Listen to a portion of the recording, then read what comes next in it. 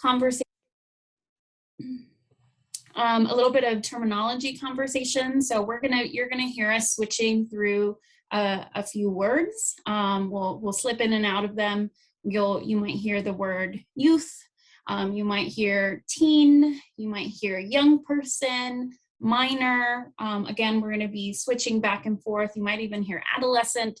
But if these are all the same demographics that we're talking about. So thanks for being here, and we'll get right in there.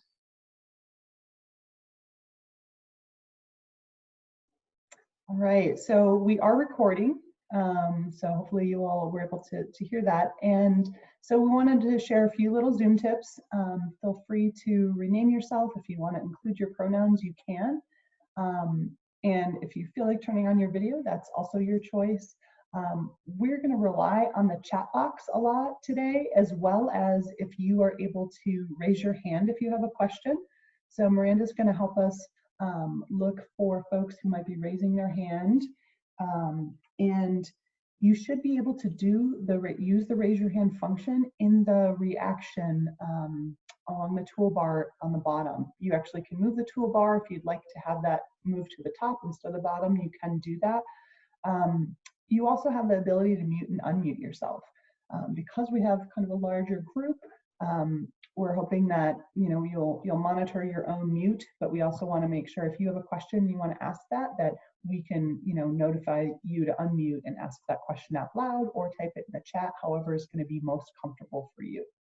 The other thing that you might be seeing on your screen that it says, and usually this is in the upper left-hand corner where it says live. I want to let you all know that we use, at Violence Free Colorado, we use rev.com. We are not live streaming anywhere. So I just want to make sure you all know that. Rev.com helps support the closed captioning and transcription services that we use. So if you do want to have the subtitles shown, you have that option. You can check that out again along the bottom menu. If you can't see that, you can always click on the More button and look for subtitles. Again, sometimes depending upon what version of Zoom that you're using, sometimes things might be hiding in a different spot. The other thing we're going to use today is also the annotate feature, and we'll explain how that works as we get there, but just know that, again, if for some reason you can't use the annotate feature, when we're doing that, when we're using it, you all can type in the chat as well. So we'll keep an eye on that. So let me see. In terms of other logistics, want to let you all know that we will share the recording link, we will share the slides as well as the transcript. All of those will go out to folks who registered later this week.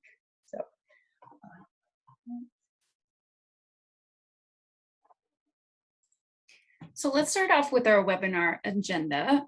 We already started with our introductions, but here in just a sec, we'll give you all the opportunity to introduce yourselves as well through a quick poll. We'll do a couple of grounding questions just to kind of let us know where everyone is starting in terms of this topic and just kind of get us set up for the conversation. We'll then move into sexual assault and domestic violence statutes. We'll go over those in a little bit of detail, how they work together, how they differ, and we'll spend quite a bit of time on mandatory reporting as well. Again, we'll talk about similarities and differences with sexual assault and domestic violence in terms of confidentiality and mandatory reporting and working with youth. We'll address your questions throughout. The ones that you all put in as you registered, if you put some of those questions in, we've weaved them throughout. But if we have additional time, we'll give you all the opportunity to address additional questions towards the end. And then we'll wrap up and we'll ask you to complete a survey to make sure we did our job and answered those questions that you all had, and potentially see where else we can go from here to answer any additional questions that come up.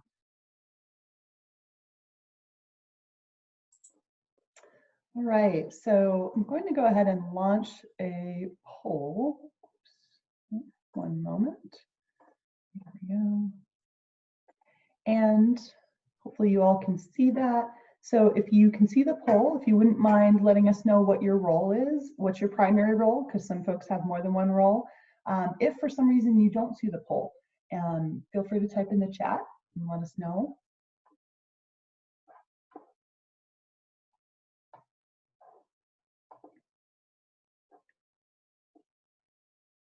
All right, we have about 75% of folks who voted.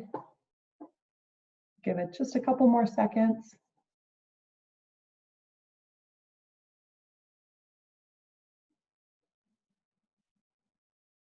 All right. Okay, so looks like the majority of folks are DV community-based advocates. We also have a lot of dual SDV and SA advocates, some systems folks, some social service community-based organizations, mental health professionals, folks in government agencies, and others. So if you are other, one profession that we weren't able to put in the poll, if you wouldn't mind letting us know your role in the chat, we'd really appreciate that. So thank you all for participating in that.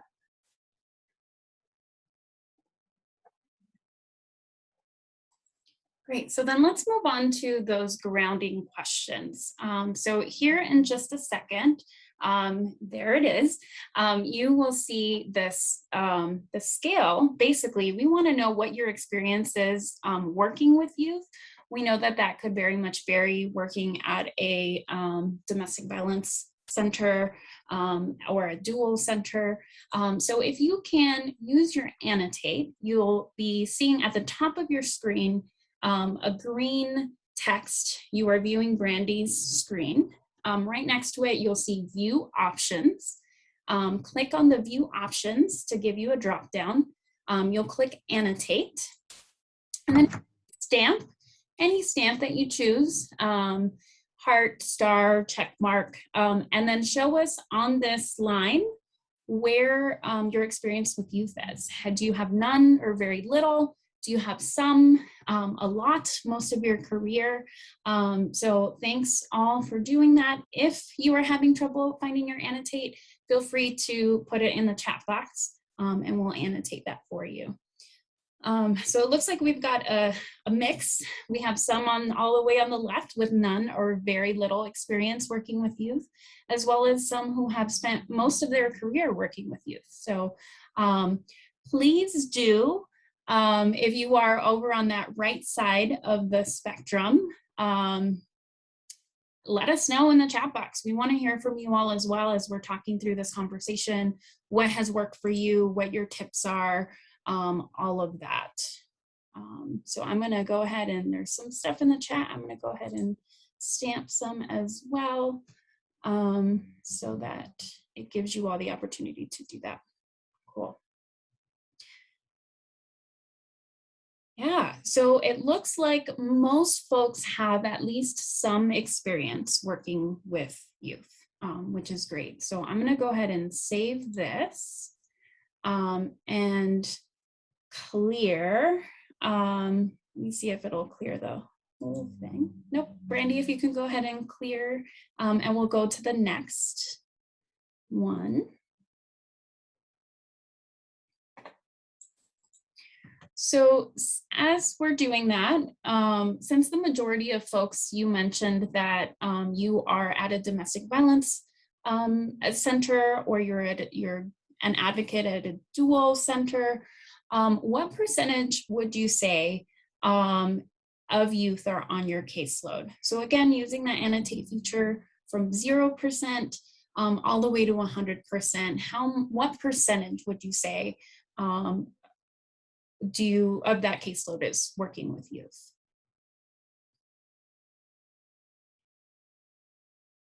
Awesome. So we're on both sides of the spectrum right now. We've got one who is that one, maybe two, right there, right in the middle at about 50%. Great. So again, a lot of great expertise, a lot of great experience. We have some 100%. So I'm going to go ahead and pop a stamp there as well. Right. You know, one of the questions that keeps popping up, and Brandy, feel free to jump in, is, you know, there's a lot of nervousness for a lot of folks in working with youth.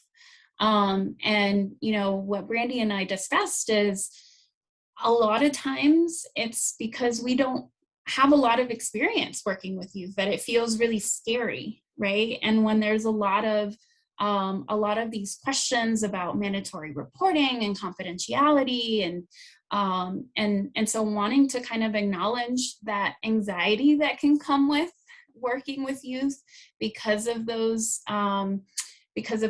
experiences or lack thereof. And again, we're hoping to be able to get the folks who have 100% on their caseload or who've been working with youth the majority of their career to go ahead and put that in the chat box. Already want to lift up, Margaret mentioned in the chat box, let them lead, honor their power and voice.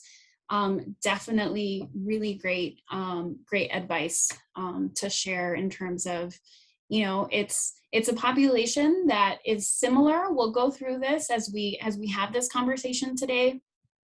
There's some nuances, but we have those advocacy skills. If you're working with adults, some of those will translate over into working with youth. And we hope that we can give you some tools so that you all can feel a little bit more confident in working with youth. Starting with some of these statutes that we talked about that'll be important in building your knowledge in working with youth. So we'll go ahead and clear this and move on to our statutes.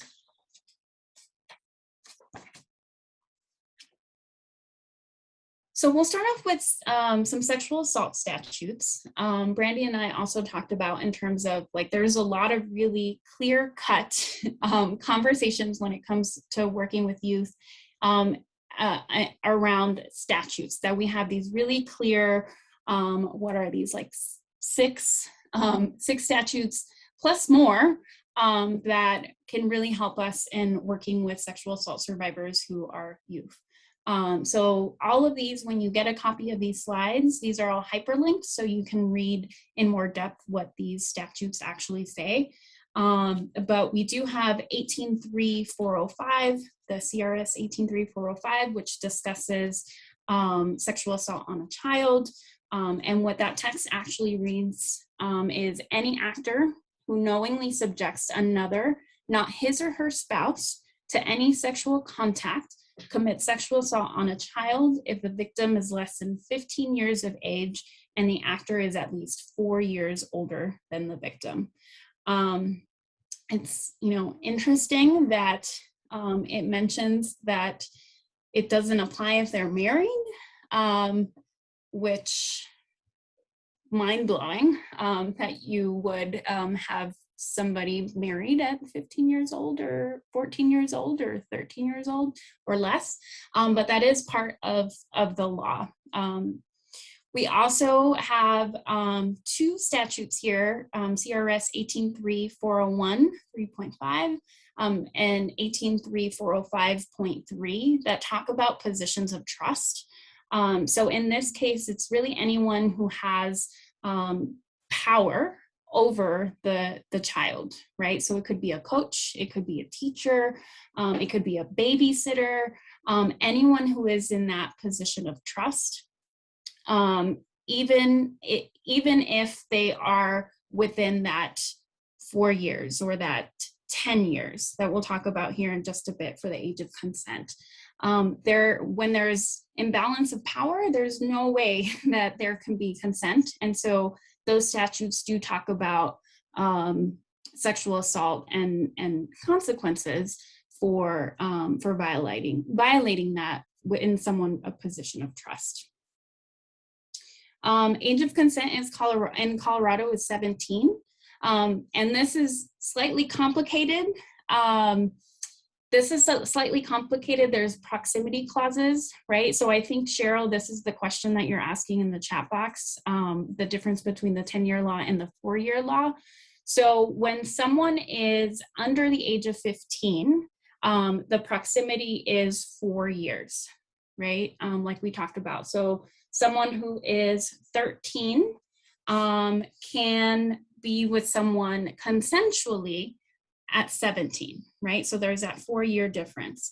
When someone is 15 or 16, because 17 is the age of consent, 15 or 16 or 17, there's 10 years, there's a 10-year gap, right? So essentially someone who's 16 could be with someone who's 26 consensually, and that wouldn't be statutory. That's what we hear about in terms of statutory rape, right? Or statutory sexual assault.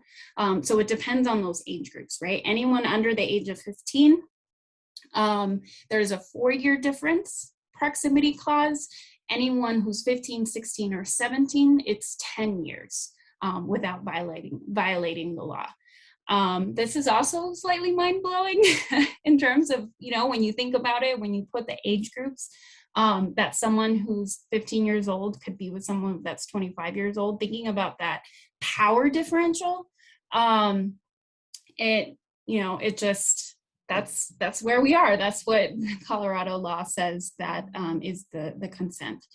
It is quite confusing, and especially since in Colorado, the age of majority is 18. So if there's any abuse or neglect or assault that happens on someone who's 17, that is reportable, right? That is something that is reportable based on the sexual assault statutes.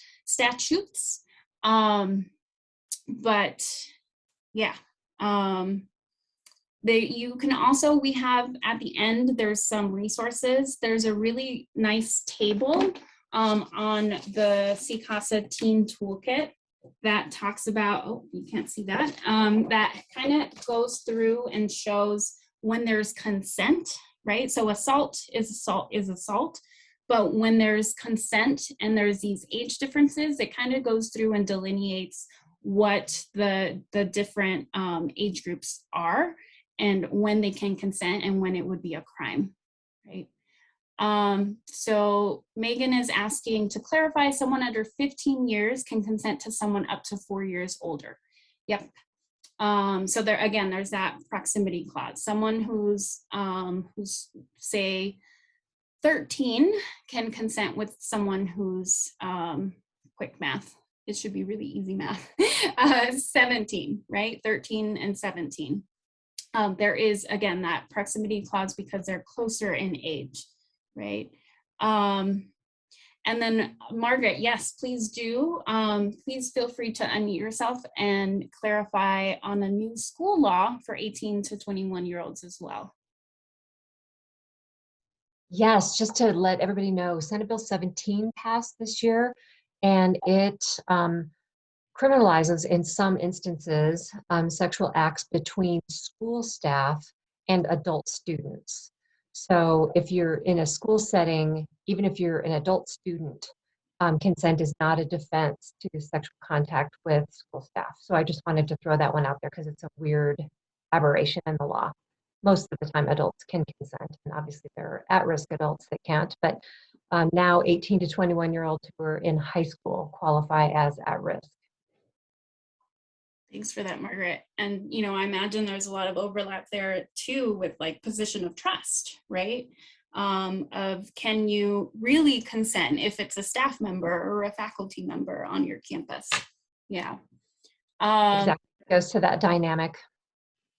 Mm-hmm. Yeah, for sure. Cheryl, that's a great question. Is there any limit to the age under 15? Brandy, do you know? I don't know what's in statute. There was a part of me in my brain that wanted to say 12, but I don't know why I want to say that. So don't quote me on that. Yeah, part of me wanted to say that too. So in our table that we have in the teen toolkit, it goes to 10. This might be along the lines of 10 is the age where minors are able to be charged with an assault. Before that, they wouldn't be able to, but starting at the age of 10, if they assault someone, that's when they would be able to be charged. Margaret, do you know about that question? Is there a limit to the age under 15? You're exactly right. 10 to 17 is how we define a juvenile in the state of Colorado. So criminal charging or delinquency charging is possible from 10 to 17. But I have been told by the folks that run the hotline that anytime there is sexual contact involving children under 14, it needs to be reported as a potential mandated report. And I know you're going to talk about that, so I'm not going to get into that more. Yeah, that's helpful. Thank you, Margaret.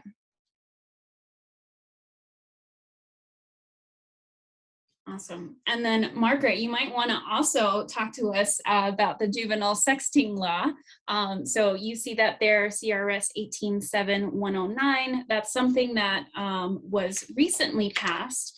Before there was, this conversation around child pornography, possession and distribution of child pornography. And if it's someone who is also a juvenile, and it was a consensual sharing, that it was unduly punishing folks for that. And so this juvenile sexting law that passed really helped to take away some of that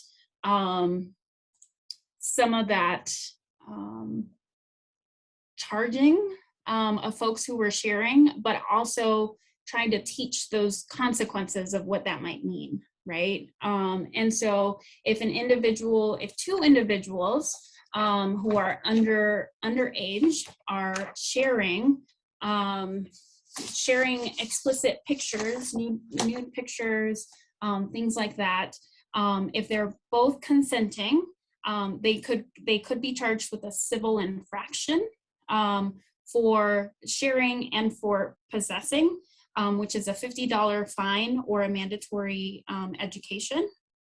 But it also helps so that if there's someone who's non-consensually sharing these photos, so there's the partner one, partner two, partner one sends an image to partner two consensually, but then partner two does not get partner one's consent to share with their friends, then that would then could be a misdemeanor that could be charged for the person who gets the photo. And then if they post it to a website or somewhere public, then that would be the regular child pornography clause, where they could get a felony for distributing child pornography, right? It also gives people who receive the image, so if they didn't want that image to begin with, they have 72 hours to delete it and or report it, and they won't have a civil infraction. So those are some of the pieces of the juvenile sexting law. One of the resources at the end as well is a webinar that Margaret did for us a couple of years ago on juvenile sexting laws, so that if you all want more information, and definitely reach out to Margaret, who is great and has a lot of information on that. Is there additional information, Margaret, that you'd like to share on the sexting bill? No, you did a great job. Thanks. Thank you. All right. And then we have mandated reporting, which we'll go into in a lot more depth here in just a bit. More on that later, but this is the statute. It's linked with sexual assault. If it's a sexual assault, so non-consensual, then it's a report if they're under the age of 18, right? That's something that Brandy will talk to you a little bit about in terms of the differences, that if they're under the age of 18, it was non-consensual, that is a mandated report for sexual assault. So we'll leave that there and we'll talk about that more in just a bit. And just to clarify, we have some pieces in the chat. So thanks again, Margaret, for clarifying. And we really appreciate you being here to support us in terms of looking at different bills, looking at the Colorado revised statutes and what those mean in terms of whether it's criminal code or juvenile code, as well as in like Senate bills, for example, the the year is usually the first number, so it can get a little confusing. So my apologies for adding to that confusion, but it is all straight in the chat. So thank you all for asking those questions, and keep the questions coming. Let us know. So to shift to some domestic violence statutes, you probably noticed that sex assault had a lot of specific statutes, and there's more, right? There are always more. One of the differences between sex assault and domestic violence in Colorado is that domestic violence is treated a little bit differently, in the fact that domestic violence on its own is not a crime. It's actually an enhancer to other crimes. So I included here, I'm not going to go ahead and read all of these, but included the definition of domestic violence, which is in Colorado law, as well as an intimate relationship. Again, these laws are written with adults in mind. So that's something important to remember, that when we think about domestic violence, a lot of times we think about adults, but there's also, obviously, we know that teens and youth are in intimate relationships, and that domestic violence or teen dating violence is also happening. But one of the things that is a big difference between DV and SA is, again, how some of those laws are not as maybe specific, for example, in DV as they were, as you saw in the previous slide that Maria had gone over. There's a lot of a lot of specificity in SA. And in DV, there tends to be less of that. And that's not good or bad. It's just one of those pieces that it's important for us to know, especially folks who are working in dual programs, right? Like, that can be really confusing. So I also included on here, and this is just one statute about that talks about some DV sentencing. Again, there's other places that shows up, because DV, again, is that enhancer for other crimes. It gets kind of like added on to that. Then sentencing can look a little bit different, and there can be a lot of different variations with that. So I wanted to point that out, and then also think about, again, when we think about these definitions of domestic violence, keeping in mind, yes, they're written for adults, but they also do apply when we're talking about teen dating violence as well. And so wanted to throw this in just as kind of a reminder. So again, the majority of folks are with community-based programs, which, again, thank you for letting us know that. That's really helpful.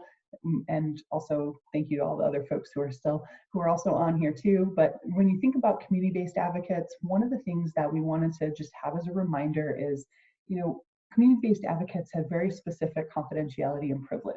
So when we're thinking about all of these statutes and thinking about all of these moving parts with both DV and SA, here's a commonality. Commonality is that, when it comes to confidentiality, when it comes to privilege, that community-based advocates have one exception to their confidentiality, basically. Besides a survivor consenting through a release, they are mandatory reporters for known or suspected child abuse or neglect. That is the only exception. So, when we think about community-based advocates, it's important to remember that even with teens, community-based advocates are not required to report, they're not mandated to report, intent to hurt yourself, intent to hurt someone else. They're not mandated reporters of elder abuse or at-risk abuse. So those are important pieces. That doesn't mean that community-based advocates don't do anything when these topics come up with youth or with adults. It just means that it's not a mandatory report that's triggered. So we just wanted to make sure that, we put that reminder out there, because I think sometimes, again, it can feel confusing. And, when we think about the types of advocates, I know there's also some systems advocates on the webinar too. So again, you all have a different type of relationship to survivors, right? Like, that you don't hold that confidentiality, and that things that, you learn, whether that's as a court advocate or a systems advocate or law enforcement, those things have to be shared, right? And so it's just important that we're all on the same page with those pieces. So anytime any questions come up about confidentiality, let us know, but we wanted to kind of just put this in here as kind of a grounding and reminder. And also just really want to emphasize on that last piece, the training requirements in order to get confidentiality as a community-based advocate. For domestic violence, it's 15 hours. For sexual assault, it's 30 hours, right? So wanting to make sure, in order to be able to hold that privilege as an advocate, before you start, it's best to get that training so that you can get that confidentiality to minimum, so that if you get a subpoena, you can say, nope, I have my training, here's my certificate, I don't have to share information, right? So wanted to really emphasize that piece as well, to make sure that we're all up to date on the requirement for that. Also wanted to talk about or make an acknowledgement about mandatory reporting and why often that feels icky, that feels gross, to feel like, especially with youth who may find it difficult to begin with to reach out to an adult and share that something is happening, to then us have to say, oh, we have to turn around and share that information that was really difficult for you to share with me. I now have to share that and acknowledge that that's not trauma-informed, that's not survivor-centered. It's not really at the core of advocacy. And also we want to protect our youth, right? We want to protect the kids who are, or the adolescents and teens who are coming to us and expressing this. And if they're in danger, we need to be able to do that. But we want to weave in advocacy principles when we do that, right? We want to be able to, outside of reporting, we want to be able to offer them information up front. Here is what I have to share. Here is, if you share with me this X, Y, and Z, I have to share with this person, and you can be there. And we'll talk a little bit more about that. But to offer them support in a variety of different ways so that we can be trauma-informed and survivor-centered and be able to give them some of the control back, right? We want to make sure we mitigate harms, that we think about what the impact might be of making a mandatory report, right? Especially for folks who are youth of color, right? Maybe folks who whose parents might be undocumented. What that means to then make a report and then have system involvement, and why that might limit their ability to share or their willingness to share with us about what's happening to them, because they don't want something to happen to their family or the individual who's causing harm, but maybe who they still care about. Right? And we want to make sure in the ways that we can within mandatory reporting to still be survivor-centered, and give them, again, that control where we can, and all of that information. So we just wanted to start off with that caveat as we move into a deeper conversation about mandatory reporting.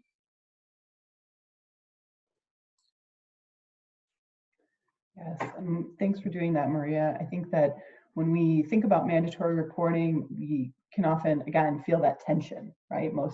I'll speak for myself. And when I was doing direct service, I know mandatory reporting always made me feel very tense, and there lots of fear of like what could happen. Or so the bigger piece, and we'll talk about this a little bit later, is going to be being upfront, having that clarity from the get-go. When we talk about mandatory reporting, we just want to be clear about, there are specific professions, community-based advocates, both SA and DV fall under the mandatory report for known or suspected child abuse and neglect. So when we think about that, in terms of reporting, we also know that oftentimes, and I'm going to skip down to the other point really quick to the bottom. There's a lot of terminology. So some folks might say Department of Human Services. Some folks might say CPS or Child Protective Services, or Child Welfare, or Department DS. So we have all of these different acronyms. They are all the same. I just want to be clear that we just know that around the state, folks use different acronyms. So I just want to be clear that we're talking about the same entity about reporting child abuse and neglect. But ultimately, we know that oftentimes more questions are asked, right? More questions than community-based advocates specifically are mandated to respond to. So it's really important to be clear with, especially with youth, around what does have to be reported. And that's usually some of the basics, it's usually things like name, address, age, sex and race of the youth, name and address of who is responsible for the suspected or known abuse or neglect, the nature of any injuries, name and address of the person who is the parent or guardian, like if there's any information about family composition or other children in the home, and also the source of the report. So again, as a community-based advocate, you'd be sharing your own information about who you are and what your role is.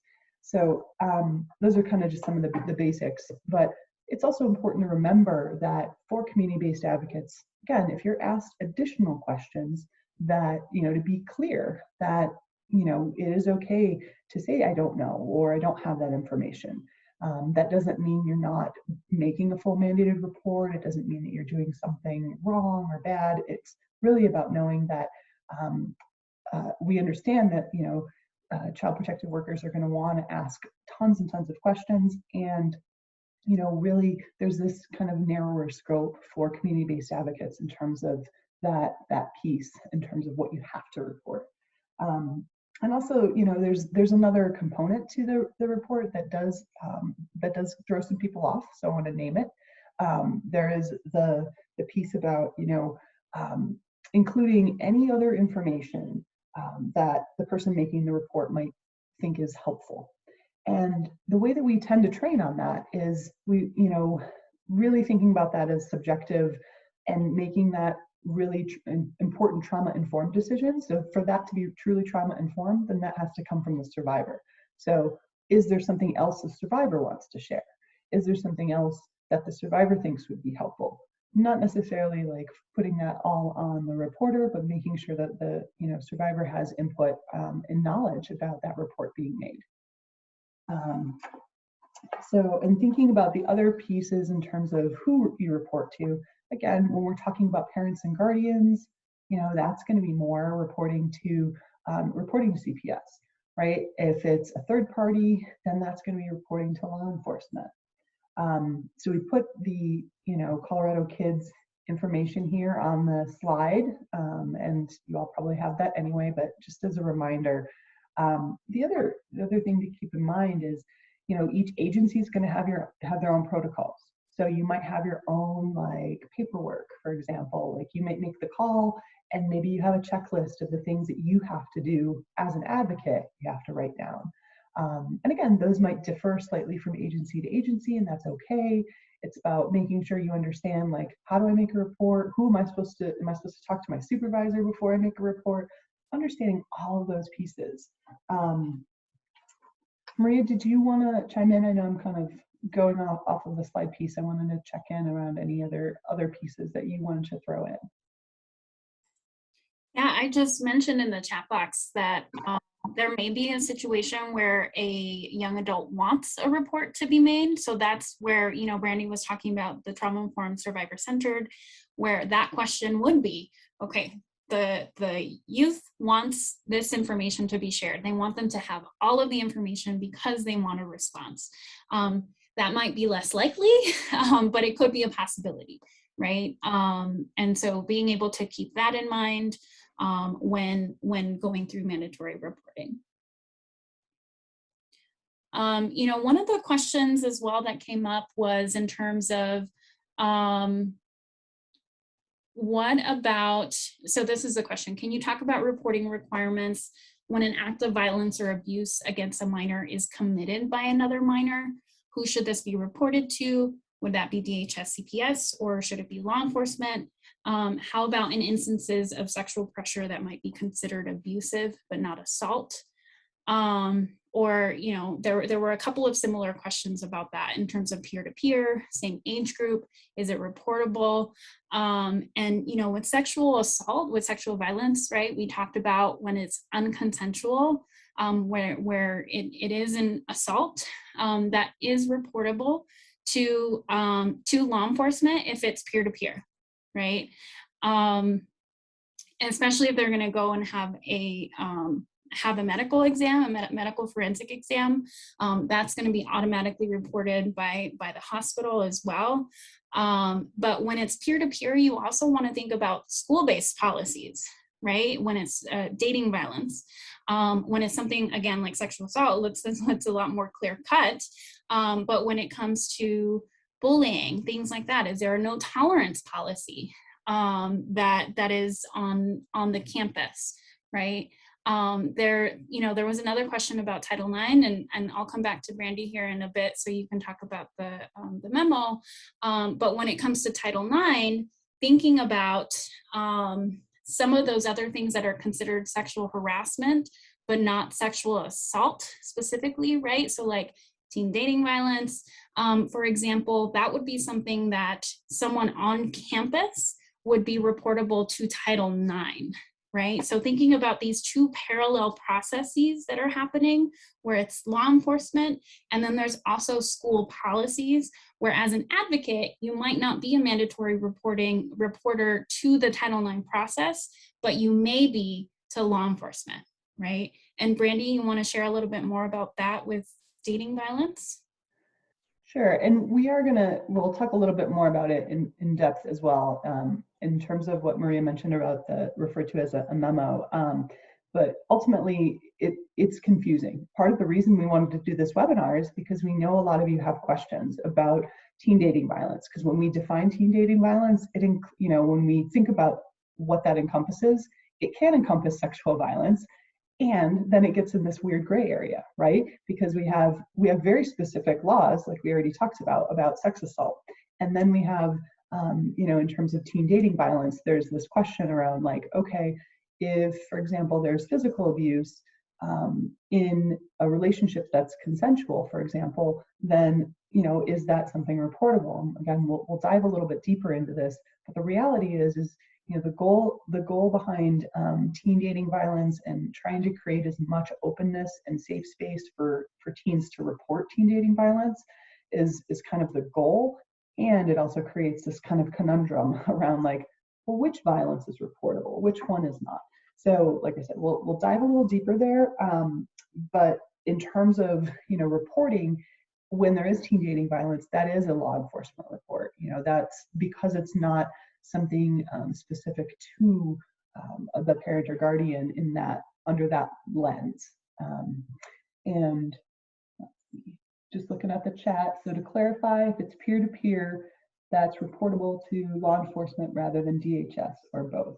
So again, DHS is not going to take the report. That's kind of what it comes down to, is the CPS or DHS is not designed to take and investigate and look into the types of reports that we would call like third party. And then, so it does get confusing. So those would all be law enforcement reports. And a really good thing about this hotline is you can call us, Brandy, myself, anyone at CCASA, anyone at Violence Free Colorado, and kind of talk about a situation, to kind of say, okay, here's what's happening. Do I report to law enforcement? Do I report to DHS or DSS?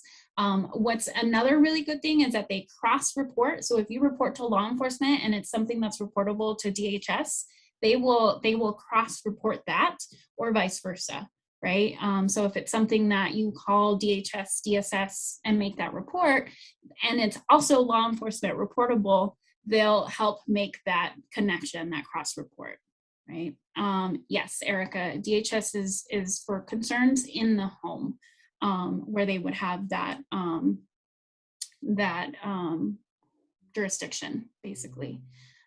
We have another question, Brandy. If we have suspicion of child abuse, but don't have demographics, such as the name, address, relationship to the child of the perpetrator, do we not make the report? And, you give them the information that you have once you know that abuse is happening, right? So if you have details about the young person, the child who's experiencing abuse, you give them the information that you have. And when they ask you those other questions, you say, I don't know. I didn't have that information. They didn't share that information. I didn't have that. Brandy, do you want to add to that? Yeah, I think again, it depends on what information you have. Like oftentimes, when we talk about advocacy and training, that one of the things that we like to train on is thinking about interrupting someone as being empowering, because that's pretty much like the opposite of what we would think of when we think about advocacy skills, right? So not only do we want to be clear to make sure youth as well as adults that you can understand what's a mandatory report, but also if something might be going down that path, to interrupt and be like, I just want to remind you, or I know I've in the past have done the like talk over someone because then I can't hear what they're saying, or try to get that message across. It's not, again, the goal isn't to be rude. The goal is like, how do I help this survivor make the most empowered choice possible, right? And so, when it comes to having the information, if you have an incomplete report, there's tends to be more of a chance that you're not going to have enough to report if you don't have a name or you don't have it. But again, it depends. If you have some of those clear nuggets of information, then yes to reporting. And at the same time, I think that there can be I've heard that there can be some question about like if you don't have all the information, but the reality is that's not been tested to my knowledge. So I would err on the side of, here's what I have, here's what I would have to report, but I can't say what they're going to do or not do with that information. That's why it's so important to have that clarity up front. So yeah, Erica, and no problem for asking the questions. This is confusing. So we want to just validate that. That's part of the reason we're having the conversation, is it is so confusing. And so when it comes to when it comes to peer-to-peer violence, again, you're looking at if it's non-sexual and it's an intimate relationship. So again, that's this other piece. So we can talk about peer-to-peer violence like from a bullying standpoint or from that kind of angle, and that's going to be a little different than when we talk about teen dating violence. And teen dating violence is when there's a past or current intimate relationship. And so when we talk about that piece, then ultimately, and here's where this little funky memo that's coming up, I'll refer to that in a minute, that we have this guidance, if you will, from CCASA from 2010 that says we really want to encourage that teens can report teen dating violence to a community-based advocate, and it's not a mandatory report.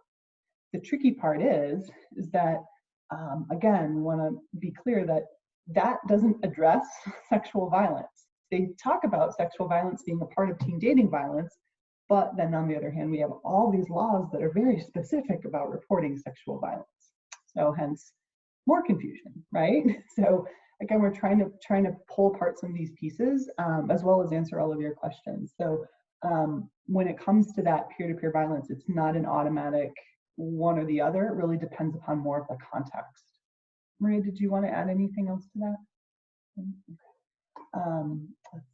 So another question that we have is, if you're unsure of an answer, do you not share the information? Again, if you don't have that information, you're not sharing it. So, if you're like, I think so, the reality is either you know or you don't know. Whatever question CPS would be asking, and telling someone that you're not sure is really important. So thank you, Margaret, for sharing that. Like saying that you're uncertain is the best course. You're not investigating. So as community-based advocates, your role is not to dig in. You don't have to investigate and figure out all of the things that are happening. That's their role, right? That's what they're there for, and if they want to investigate it, they'll keep on going. Let's see. So if we aren't sure if something needs to be reported to law enforcement, can we call the number and ask using generalities and not identifying?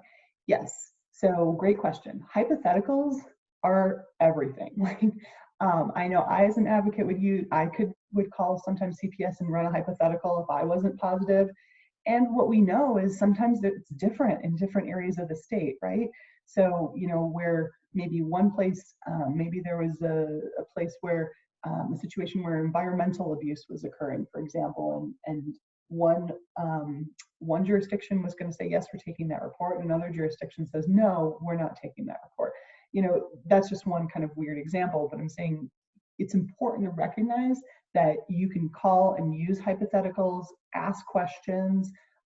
You know, it's sometimes they'll be asking you, if you call the main number, the 1-844 number, they'll ask you automatically what county you're calling about, but you should still be able to, you know, ask that hypothetical. So you could even make up a county that you're not in, or that the survivor's not in, if that feels more reasonable. So just want to be clear that, you know, when you're asking us questions, you can use hypotheticals. That's also really important.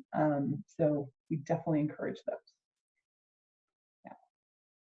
All right, so I want to just take a peek at my notes. So do we have any other pieces, Maria, that we need? Yeah, you know, one of the things that folks asked that we kind of placed into this conversation was about the Title IX process. Again, kind of mentioned it a little bit earlier, but how the Title IX process differs in K through 12 compared to higher ed. Specifically, the question was, the new Title IX rule states that K through 12 schools may have cross-examinations, but is not requiring them, right? So how does the mandatory reporting affect the Title IX investigation process? So to answer that first question, again, K through 12, cross-examination. So what the new Title IX rule said was that higher ed has to do, if there's a report and it's formal investigation, there has to be the opportunity for cross-examination, and there has to be a hearing, right? So the hearing essentially is you put the investigators in the room, you put the reporting party and the responding party basically in the same room. There's an option to do via technology if that feels safer for the survivor, for the reporting party.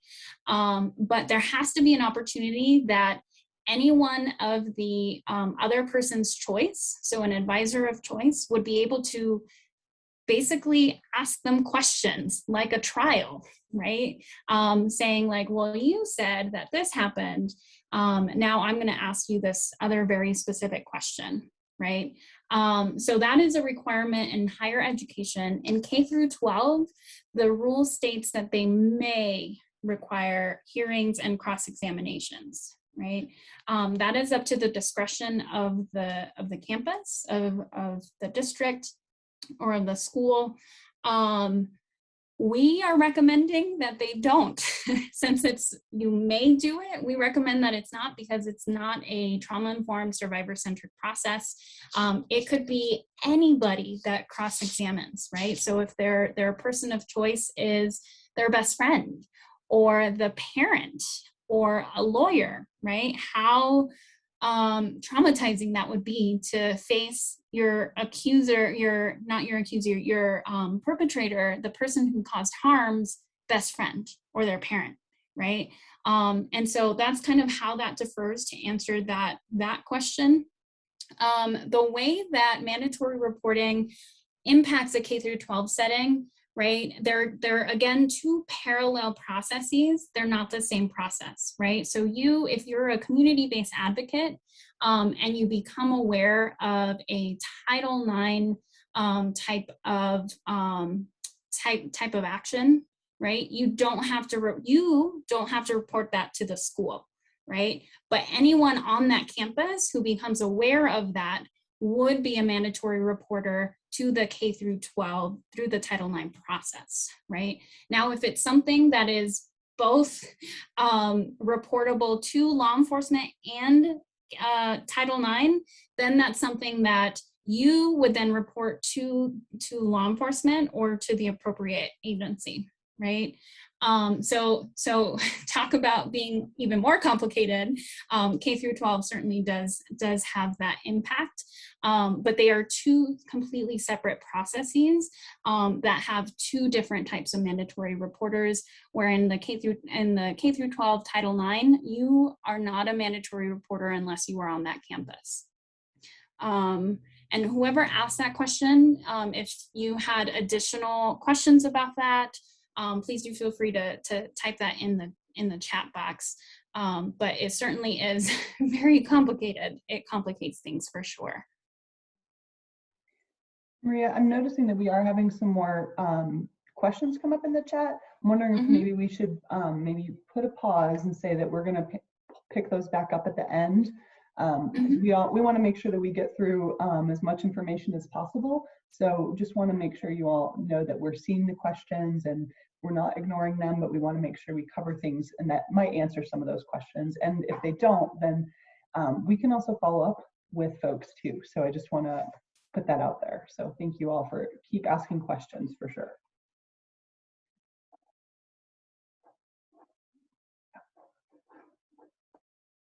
Sorry, I was distracted. This is me. So for mandatory reporting, we've kind of touched on this a little bit, but these are kind of just some additional kind of breakouts of what is required to mandate under sexual violence or sexual assault statutes. So we did mention anyone under 18 who has had involuntary sexual contact, that is reportable. And again, it depends on whether it's someone in the home, within the family, someone who has that position of power within their home, that would be reportable to both, right? But anyone who's under the age of 18 who tells you, who discloses that there has been some form of involuntary sexual contact, that's something that you have to report. If anyone who is under 18 has had voluntary or involuntary contact, right? So again, we talked about with the position of trust statute that when there's a power imbalance, that makes consent really difficult, right? And so if someone is sharing with you, they're under the age of 18 and they've had voluntary or involuntary contact, that's something that's reportable, right? If they're between 15 and 16, or they are 15 or 16 and they've had voluntary sexual contact with someone who is over 10 years older, so within that statute or outside of that statute, that is reportable, right? So if it's someone who is 15 who is with someone who is 26, 27 and older, even though they have consented, legally they cannot give that consent. So it's something that is reportable as well. If someone is under 15 who's had voluntary sexual contact with someone who is over 4 years older, again, outside of that statute, that's something that's reportable. If the person is under 12, and so here's the answer to that question, right? If it is 12, and this is why we were going here, if they're under the age of 12 and they have experienced any kind of sexual contact, then that's something that's reportable, right? If they report that they are currently in danger, or the perpetrator is in a position of trust, that is something that's reportable, right? And at-risk elders and at-risk adults with IDD with, oh my goodness, it's with developmental disabilities, community-based advocates cannot, that's not a reason to break confidentiality, but law enforcement advocates do need to report sexual violence happening against at-risk elders and at-risk adults with IDD. Erica asked, even for two 12-year-olds, so anyone who's under 12 years old. So it doesn't include folks who are 12 years old. So you're 11 and under, who have experienced any kind of sexual contact. I mean, so again, we have that chart that starts out with, 10 years old. Let me look at this chart real quick.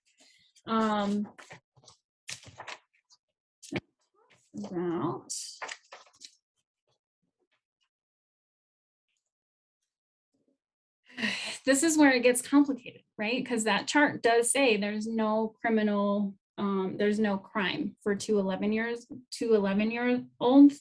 So it'll have to be one of those questions that's like at discretion, right? Because there is that proximity clause, it's someone who's under, within those 4 years. It'll be something that would definitely be something to call and be like, hey, is this something you would take?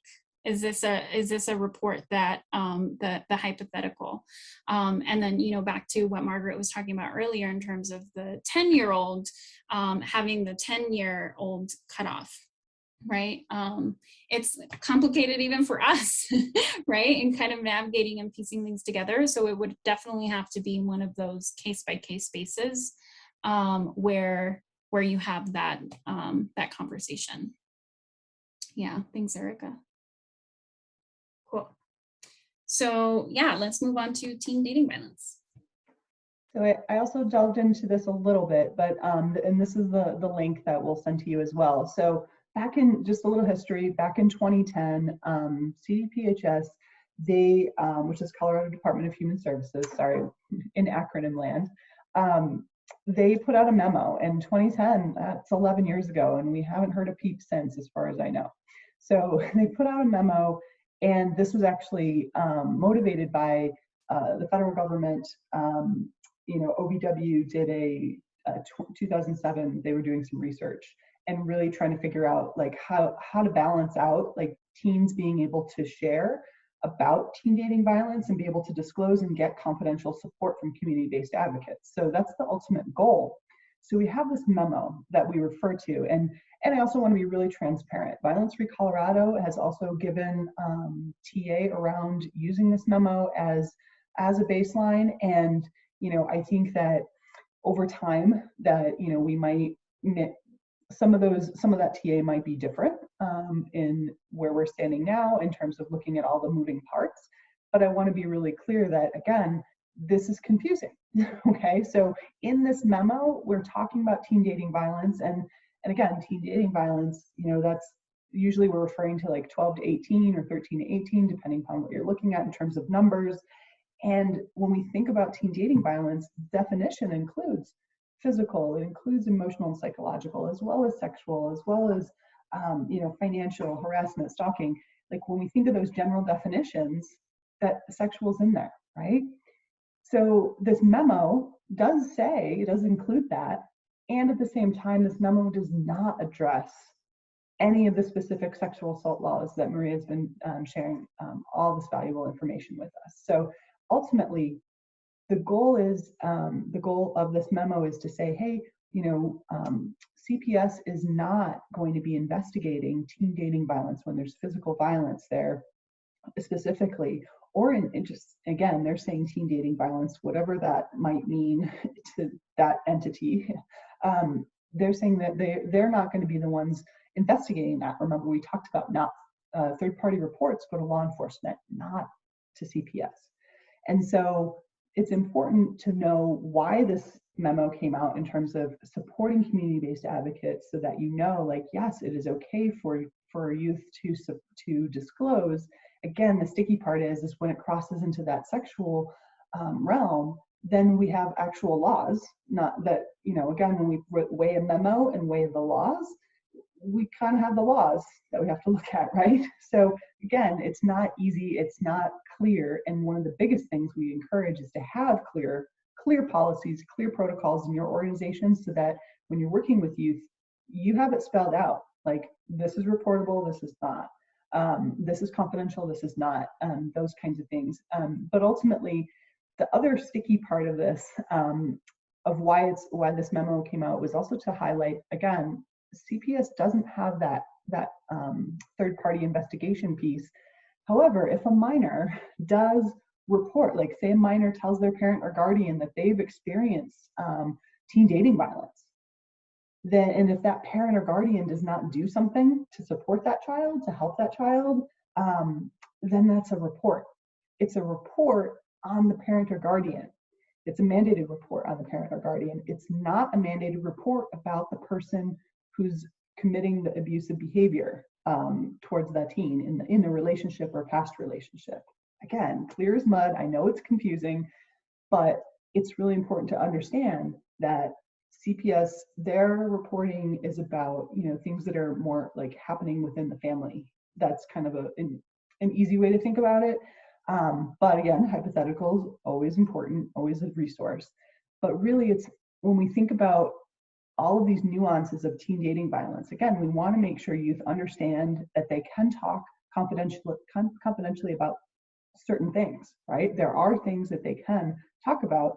And when we cross this line, then we have these laws that we have to make sure that we're really clear about what's being followed and what's not.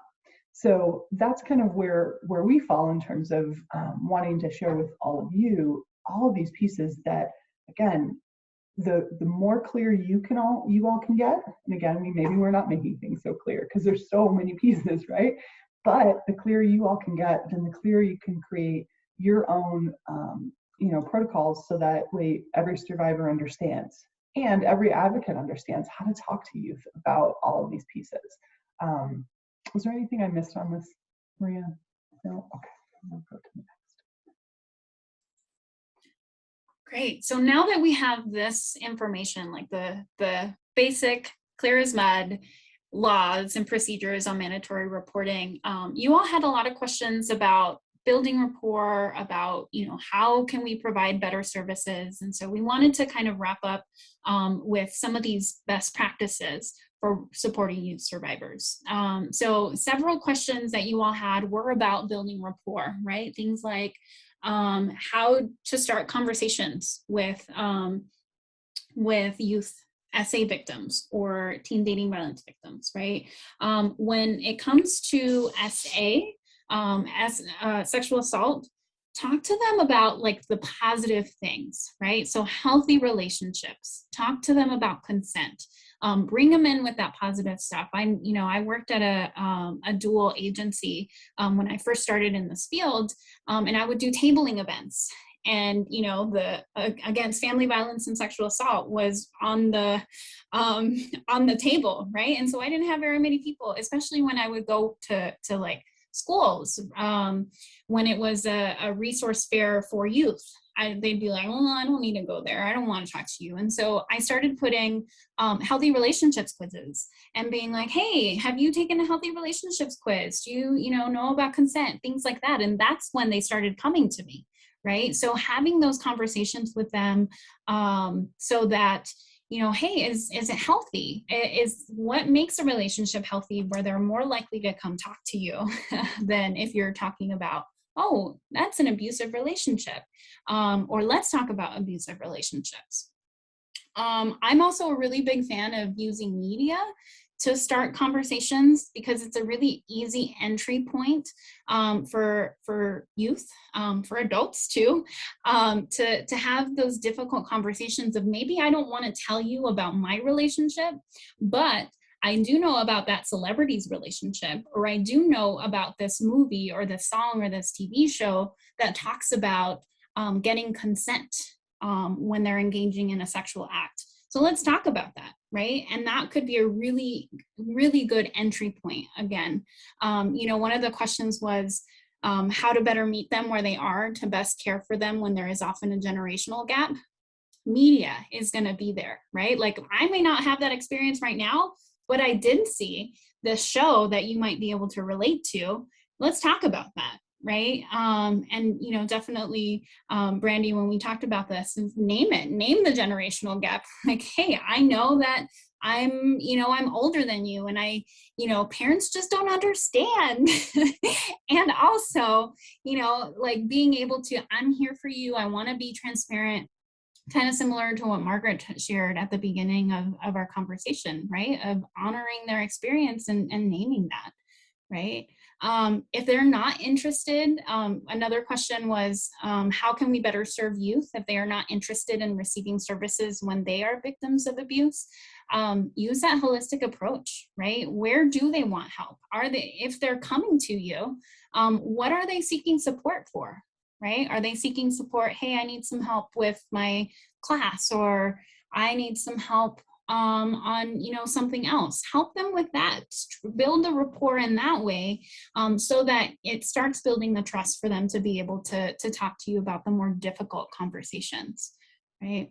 Another question was how to better serve Latinx youth impacted by domestic violence and sexual assault, specifically mental health needs and access. One of the biggest things is understanding and being aware of those cultural factors surrounding mental health in Latinx communities, right? There's often a a reluctance to seek mental health, like, oh, you're broken, oh, you're the crazy one, oh, you're this, that, or the other, and let's not air our dirty laundry. And so being aware of some of those dynamics and being able to address those and say, hey, I know that this might be a message that you're getting, and also here's why that could be helpful. Right? Having referrals for Latinx service providers, right? Making sure that your agency, your office is culturally diverse, that they see themselves in that space, right? I used to work at a college campus, and I had a student who, after we'd worked together for a while, said, if you weren't Latina, I wouldn't have come to this office. I wouldn't have shared this information. I wouldn't have sought help, right? So having those culturally specific individuals and resources that can help people make that step of, oh, okay, they might understand me in different ways, right? Think about outside mainstream referrals, right? It may not be talk therapy for a Latinx person, right? It may be something else. It may be art. It may be, like a Dia de los Muertos event. Like, it might be something completely different, community building, right? So thinking about those types of things that are culturally specific, that aren't necessarily trying to fit them into a box, right? And listening to what it is that they might be needing. Ultimately, we had a lot of questions about building rapport, but really just being transparent and open, and listening to them about what their needs are, and not necessarily trying to push the difficult conversation on the forefront. Right? Give them time, especially for youth and adolescents, to come into those conversations. Let's see. So that second question, how do we support survivors when something is not a mandatory report, right? That doesn't mean that we don't support them, right? Oh, that's not a mandatory report, we can't do anything about it, right? Again, that building rapport and thinking about, what response do you want? What response do you need? Why, what brings you into this space, and how can we support that in making that happen, right? Also, for example, we talked a little bit about folks who wanted to report, who say, I want something to happen. I want you to report this, but they're not taking the report, or they took the report and nothing came from it, right? What are some of those wraparound services that you can help provide so that they can get that outcome that they're looking for? Do they want to feel safe? Do they want to be taken out of that situation? Do we need to provide some safety planning? Do we need to continue to be working with law enforcement, with DHS, with CPS, so that something can be done, right? So really taking their lead, that survivor-centered, what is it that they are wanting from us, so that we can help provide that in the best way that we can, right? Even if it's not a mandatory report.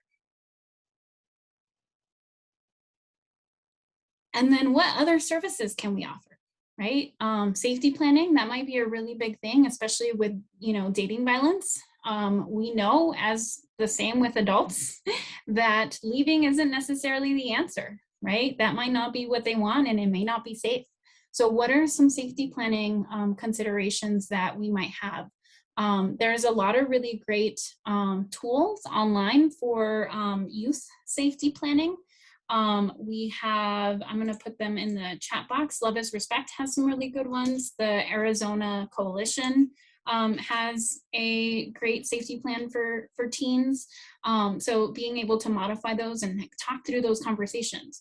Are we looking at safety planning at school, walking to class, being in class, walking home from school, things like that, making sure to incorporate those types of conversations with safety planning, with youth, about that. Brandy, do you want to? Yes. Yeah, I was just going to jump in and say too, we also at the end have tons of resources. So I want to plug that. We won't go through them all, but just want to make sure you all know that we're going to give you tons of resources, because there's also questions about like safety with youth online. And there's some great, NNEDB's Tech Safety Project has some wonderful teen specific online resources for safety planning there as well. So there are a lot of really amazing resources. And one other question that had come up, I'm going to kind of skip back up to, this is kind of with the rapport, but one of the questions that was asked was specifically about de-escalation with youth and with teens and children in general. And I think, again, we're going to focus more on like working with like, more around youth and teens. When we think about that de-escalation process, again, that's going to be really individual. It's about, some of the same things that you do with adults in terms of slowing down, meeting the person where you're at, making sure that you're, asking them what's worked in the past, what hasn't worked in the past, talking about like, what are the things that someone might need in the moment? Because again, we don't want to make those assumptions that, okay, well, because this person's a teen that, they have to need X, Y, and Z. No, we don't want to make that assumption for anybody of any age. So just wanted to throw that out there too, that again, as part of that rapport building is also, again, helping teens to manage like when feelings come up and helping them understand that it's okay and they can have the responses, and whether they wanted a report to be made or not, if something doesn't happen from that report, again, all of these safety planning pieces can be scary and can be really overwhelming. We had some questions about like how to talk about like it's kind of a big question, intersection between like substance use, hookup culture and assaults.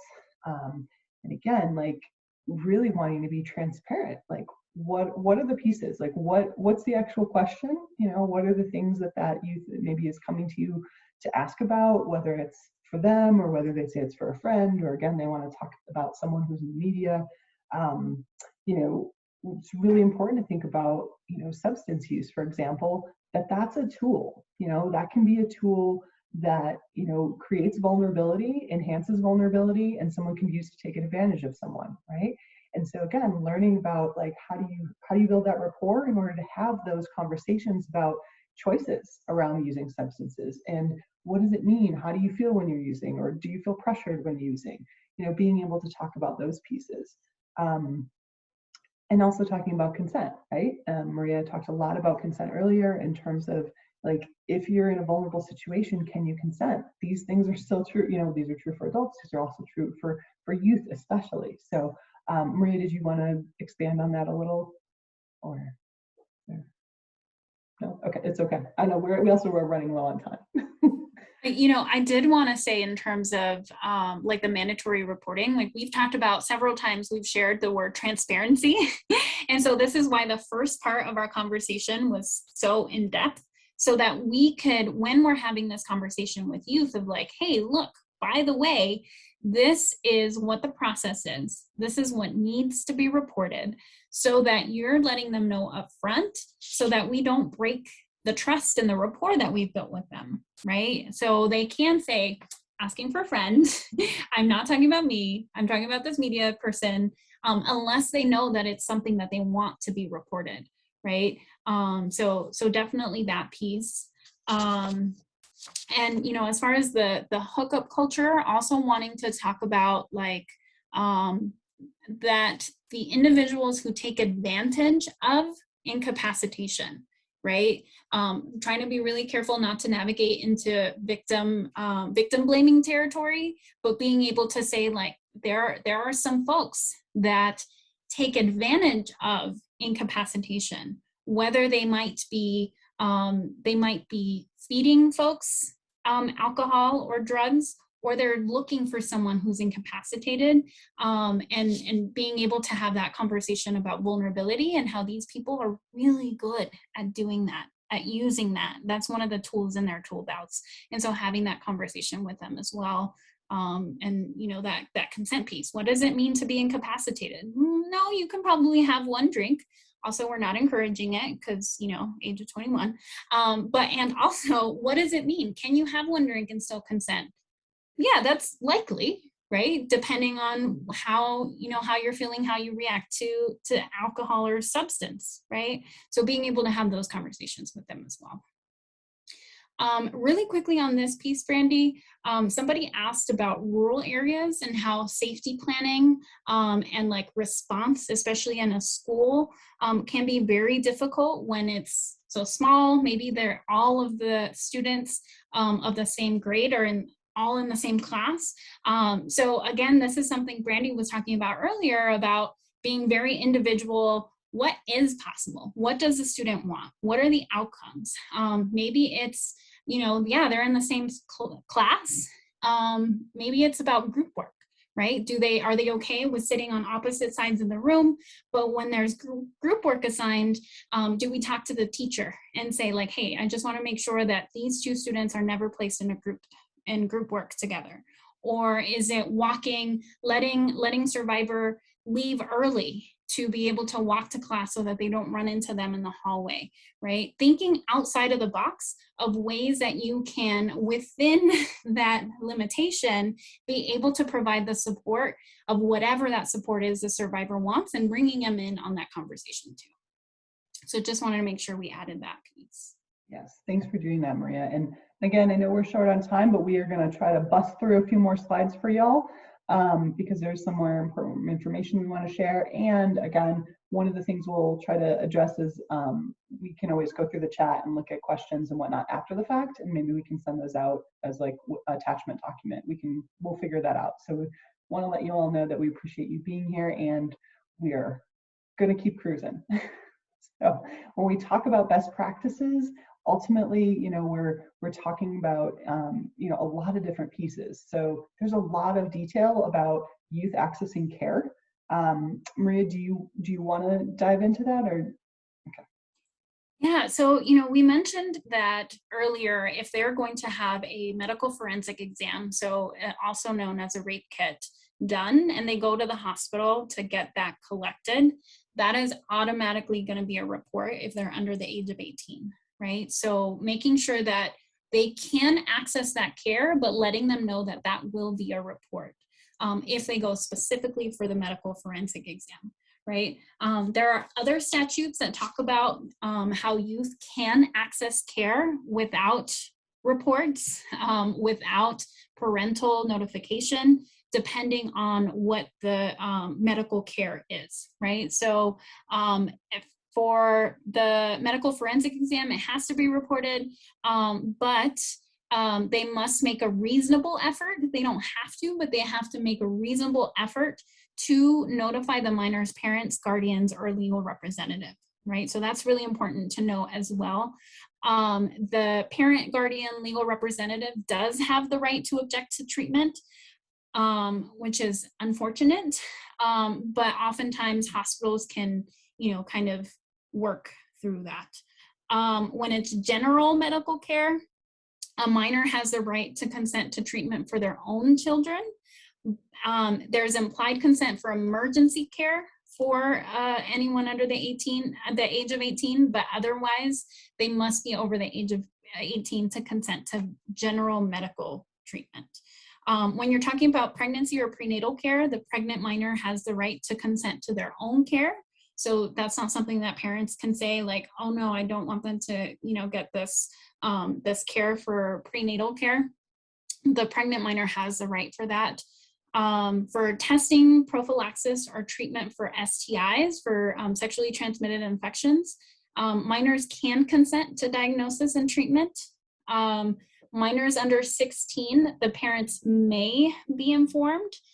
They don't have to be. That's going to be depending on the policy or the policy of the medical office. The records may not be released to parents without the minor's permission for STIs. For HIV, if they are under 16, they may inform the parents. So that's important to know as well. And all of this information is available in that teen toolkit that there's a link to from CCASA at the end of the slides. Abortion services, parental notification is required unless there is abuse or neglect by the person entitled to notice. So if it's a father who abused the child and they're pregnant as a result of that, they don't have to notify that parent. But parental notification is required for abortion services. If it's a medical emergency, they don't have to notify parents, or if there's a court order in place, they don't have to notify parents. Drug alcohol abuse treatment, there's no notification to parents involved for that type of treatment for minors. For homeless, houseless shelters, unless they are domestic violence shelters, which is an interesting caveat. They can have 21 days in the shelter without parental consent.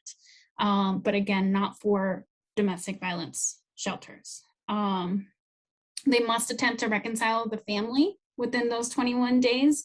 And there is a referral to DHS, to CPS in those instances when there's a houseless minor in a shelter.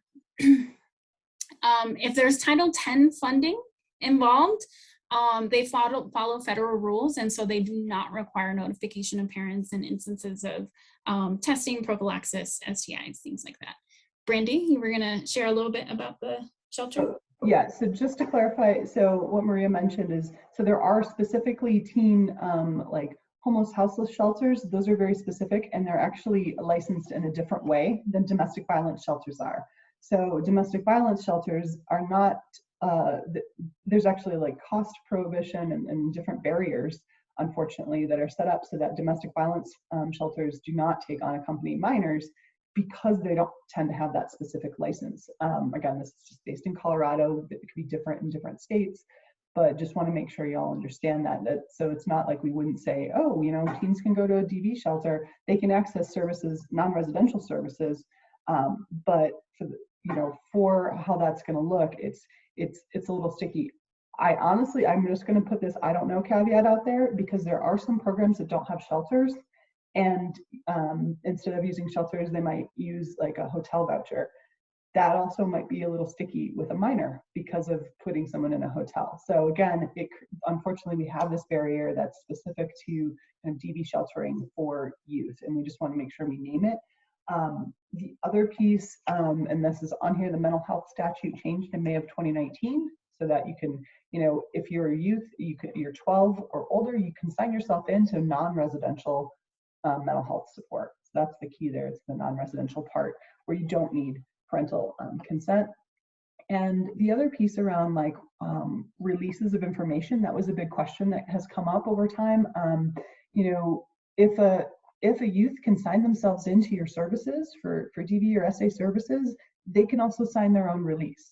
So as long as they understand what the release is, understand what it means, understand the consequences, just like you would with any survivor, explaining risks and all of those pieces, that's, you know, that's kind of where that lives. I know we had a lot of questions about the impact of parents trying to access records, or parents trying to, you know, force themselves to be in the room with youth survivors. And again, it gets a little sticky. Ultimately, we want to make sure that we're supporting the youth as much as possible. And any way you can set up things, and when we think about best practices, any way you can set things up from the beginning and say, hey, here's how we work with youth. You know, we talk with parent, if the youth wants, we talk with parent, and basically spell it out before anybody comes in or before anybody starts services. That's what we're going to encourage in terms of best practice, so that it's clear. So again, some of these other nuanced situations, you know, they might still come up, but you can say, hey, we have this policy.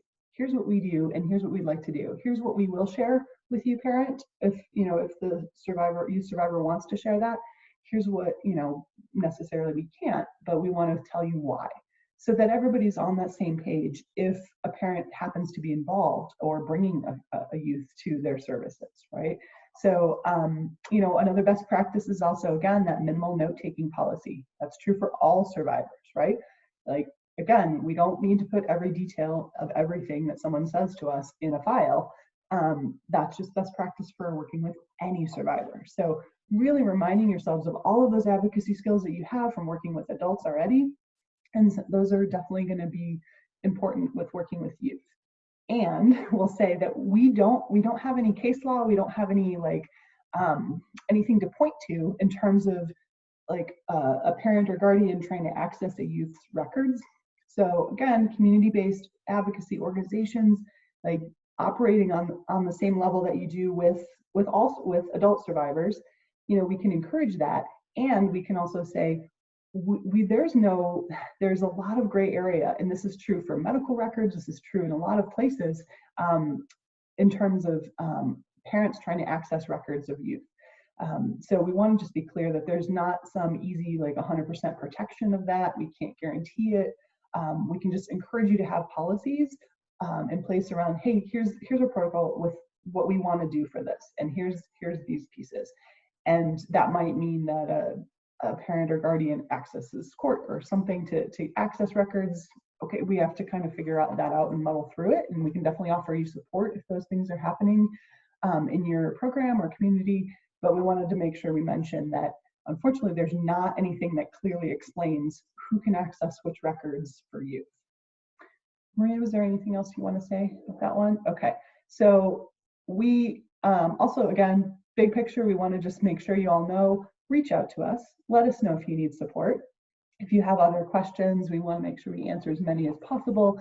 And then also, you know, we encourage you to think about either creating or reviewing your policies. And if you want support around that, you can do that. If you want, we put a toolkit option on here in terms of, would it be helpful if there's certain pieces? Again, some of these might be more individual to each organization. Some are going to be pretty similar. So we want to make sure you all know, please, please, please reach out when you have questions about any of the things.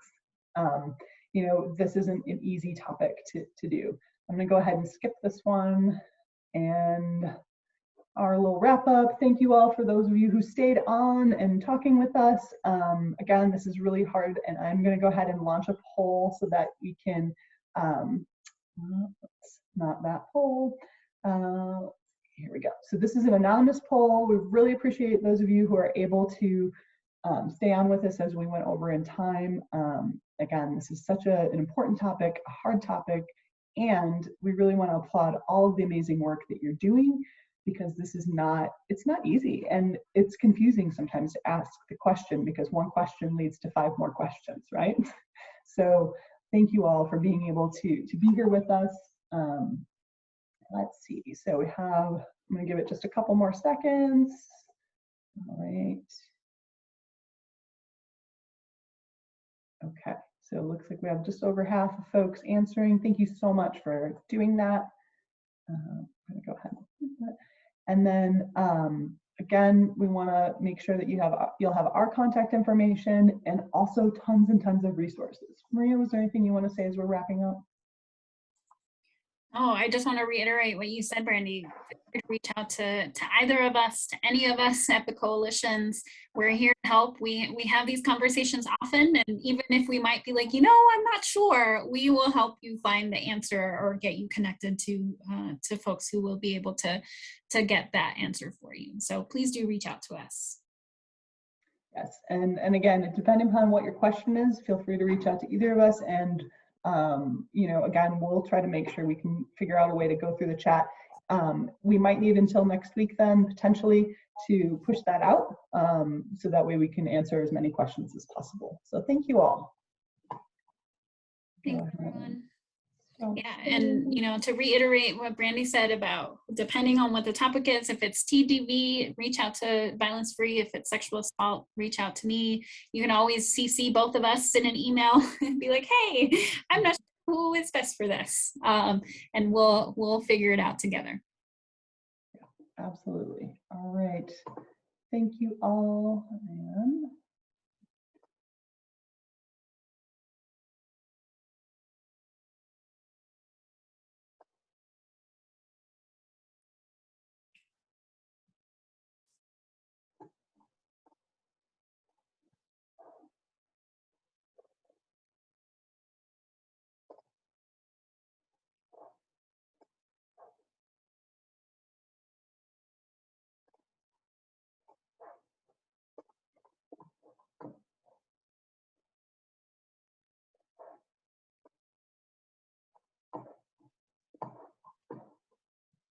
I'm assuming this is Miranda.